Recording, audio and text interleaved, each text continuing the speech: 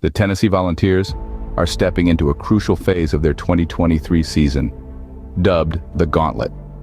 On October 14th, they host Texas A&M at Neyland Stadium, a pivotal match as we transition to an intense image of the conference.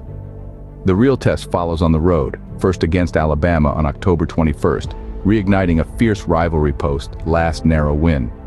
The journey concludes against Kentucky, another road game against a nationally ranked opponent. The Gauntlet will either catapult the Volunteers to a triumphant season or crush their momentum. The stakes couldn't be higher. For the freshest take on the Gauntlet, here's your host, Rocket Man. Hello, my filthy little animals. It is I, Rocket Man. Thank you for being here today. I'm going to dissect a season-defining juncture that the Tennessee Volunteers find themselves in, a three-game crusade that I am affectionately calling the Gauntlet.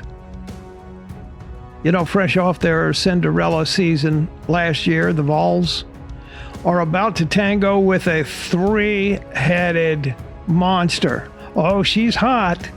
She's good looking. But she is a man-eater.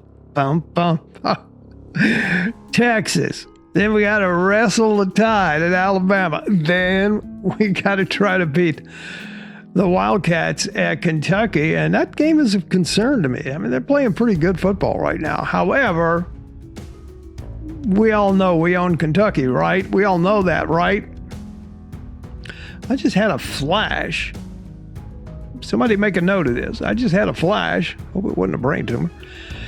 I just had a flash in my head that we see Nico a lot in that game against Kentucky. I don't know why I had that flash. I'm just being open and transparent with you.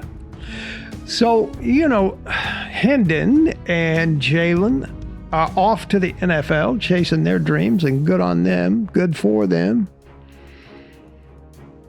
We lost Brew McCoy for the season. Prior to that, we lost Keenan Peely, one of our better linebackers, and a real presence and leader out there on the Kentucky. on the defensive side of the ball. So, the question is, can the Vols keep the magic alive? The Vols' 11-2 run last year had Neyland Stadium rocking. I mean, no question. I mean, it was a fun place to be. It was the ticket in college football. And so Saturday, Texas A&M comes to town to our beloved Neyland Stadium. And a win there can fan the flames of hope. We need hope. But Texas A&M is no pushover. They're just not. They're no pushover. In fact, my computer model has them winning a tiny little bit. All right. But what that computer model doesn't take into consideration is the massive advantage that Neyland Stadium has and exerts over people.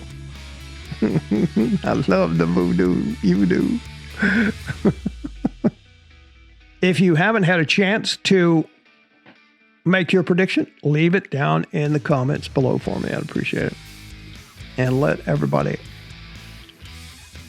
have a shot at commenting on your prediction. See, that's what I would like to see in the comments. I would like to grow this community to the point where people start responding to everybody that leaves a comment as opposed to just me. I mean, keep it civil, right? But that would be kind of fun. I'd like to see it more interactive. So let's say we beat. Let's say I'm 100% accurate with my 2020 foresight. 35-30. Tennessee wins. Then it's off to Tuscaloosa, where the Crimson Tide awaits. Now then, we got two big problems. Number one is Alabama got embarrassed last year at Tennessee. Now, did we run up the score? No, they didn't get embarrassed in that sense. They got embarrassed because nobody except me and a couple of you knew we were going to win that game. Nobody. And they got embarrassed because Neyland Stadium, a place to play Neyland Stadium. Here's a team. Alabama came into Neyland Stadium and Tennessee hadn't beaten this team in 16, 17, 18 years, something like that prior to that game. And we won that game. Not only did we win that game, we stood with them toe to toe. I mean, it was an amazing, it was a Marvin Hagler, Tommy Hearns spectacular. I mean, just bam, bam, bam, right? I mean, it was just amazing to see, and we came out on the best end of that. Okay, that's the first thing. And they're looking for revenge. They're looking to clean that up, just like we were looking to clean up the South Carolina game. All right. So that's a huge deal. That's a huge mountain to climb. The second thing that's tough is that we literally haven't beaten Alabama in 20 years. 2003 is the last time we beat Alabama at Alabama. And the revenge thing, and then the 20-year thing. I have them down as an L. I'm sorry, I have them down as an L. I mean, I think they're good enough to win for sure, 100%, if everything is clicking and everything's going according to plan. But, you know, like Mike Tyson says, everybody has a plan till you get, bam, hit in the face, right? We'll see if we get hit in the face at Alabama. We have to be sober about that one. I have them as an L for that game. Now, I haven't looked at the numbers because the updated numbers for that game haven't appeared yet. And of course, I will do that for you next week. But I've got that game as an L. It doesn't mean I don't love my Vols. I just have them as an L. But at the same breath, I will tell you that I do think we're going to beat Georgia at Neyland. I think Alabama is more dangerous at Tuscaloosa than Georgia is at Neyland. That's my thinking. Okay, the third thing in the gauntlet is Kentucky. At Kentucky. Now, Kentucky's been playing good football. I mean, they've surprised me how well they've been playing this year. And that's going to be tough. But we have one thing advantaged in our arsenal. And that is we own Kentucky. We're their babyDaddy. I ain't even lying. We will win the Kentucky game. But like I said, I don't know where this thing about Nico's coming from. I got a feeling we're going to see Nico in the Kentucky game. Wow, what is that? Am I psychic? I could be. Or maybe just psycho. I think obviously the best outcome would be we go with the Gauntlet 3-0. I mean, can you imagine that? Wow. We go 3-0 in the Gauntlet. Holy crackers. I think it's more likely that we'll go 2-1 in the Gauntlet. I want to know what you think in the comments below. Do we go 3-0? Do we go 2-1? Do we go 1-2?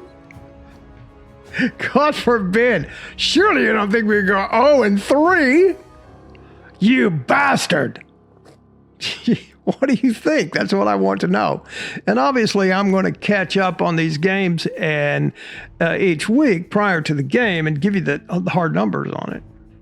And I don't always go by the hard numbers because the hard number this week versus Texas A&M is Texas A&M should win the game. Because they're pretty well balanced and they have a huge strength of schedule difference. And for that reason, the computer likes Texas A&M. I don't think so. As I said, that computer model does not take into consideration how awesome the Neyland Stadium advantage is in the crowd. 3-0, 2-1, 1-2, or goose egg, baby. Goose egg. Let me know what you think down below. And I will see you on Saturday. We'll be doing the game here live. I won't be broadcasting the game live, but I'll be here if you want to watch the game with me, and I'll watch it with you. And those of you who've left some nice comments, I appreciate them, about, hey, man, thank you for being there because I can't watch the game because I have to work, that sort of thing. And that kind of made me all warm and fuzzy that we get to do that. I'm happy to be there for that handful of you that appreciate that. If you like this content, if you like this channel, give me a like. Just slap that like button like it owed you money. I plan on having barbecue chicken wings here. So I'll be the guy with the barbecue sauce all over my face for the game. That's how you know who I am. All right. Thank you for being here. Go Big Orange.